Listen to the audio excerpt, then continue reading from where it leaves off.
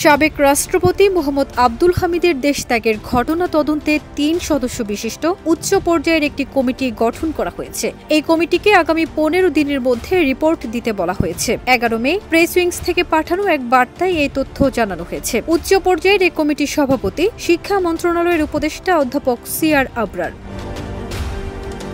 অন্য সদস্যরা হলেন পরিবেশ, বন ও জলবায়ু পরিবর্তন মন্ত্রণালয়ের উপদেষ্টা সৈয়দা রিজওয়ানা হাসান ও নৌ পরিবহন মন্ত্রণালয় এবং শ্রম ও কর্মসংস্থান মন্ত্রণালয়ের উপদেষ্টা এম শাখাওয়াত হোসেন। প্রধান উপদেষ্টার প্রেস উইংস থেকে পাঠানো বার্তায় বলা হয়েছে, উচ্চ পর্যায়ের এই কমিটি কিছু বিষয় পর্যালোচনা করে তদন্ত প্রতিবেদন করবে। এর মধ্যে রয়েছে গত ৭ মে সাবেক রাষ্ট্রপতি আব্দুল হামিদ হযরত শাহজালাল আন্তর্জাতিক বিমানবন্দর দিয়ে কিভাবে বিদেশ গমন করেছেন। এক্ষেত্রে সংশ্লিষ্ট কর্তৃপক্ষগুলোর দায়িত্বের ক্ষেত্রে কোনো প্রকার ব্যত্যয় ও গাফিলতির ঘটনা ঘটেছে কিনা, কারা কোন দায়িত্ব পালনে ব্যর্থ হয়েছেন তা নির্ধারণ করা এবং কি ব্যবস্থা গ্রহণ করা যায় সে সম্পর্কে সুপারিশ পেশ করা।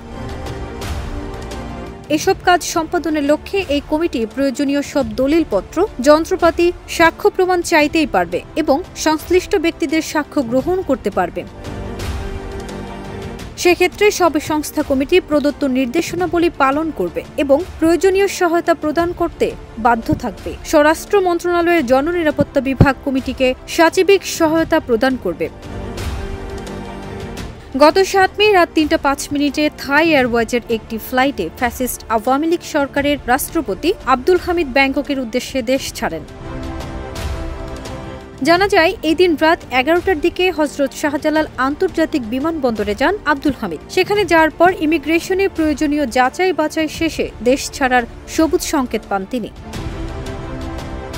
এরপর থেকেই প্রতিবাদ বিক্ষোভে ফেটে পড়েন ছাত্র জনতা। প্রধান উপদেষ্টার বাসভবন, যমুনায় ও শাহবাগে অবস্থান নেয় তারা। লাগাতার আন্দোলনের মুখে গত ১০ মে রাতে আওয়ামী লীগের সকল কার্যক্রম নিষিদ্ধ করে সরকার। ফারজানা নিকিতা, দেশ রূপান্তর।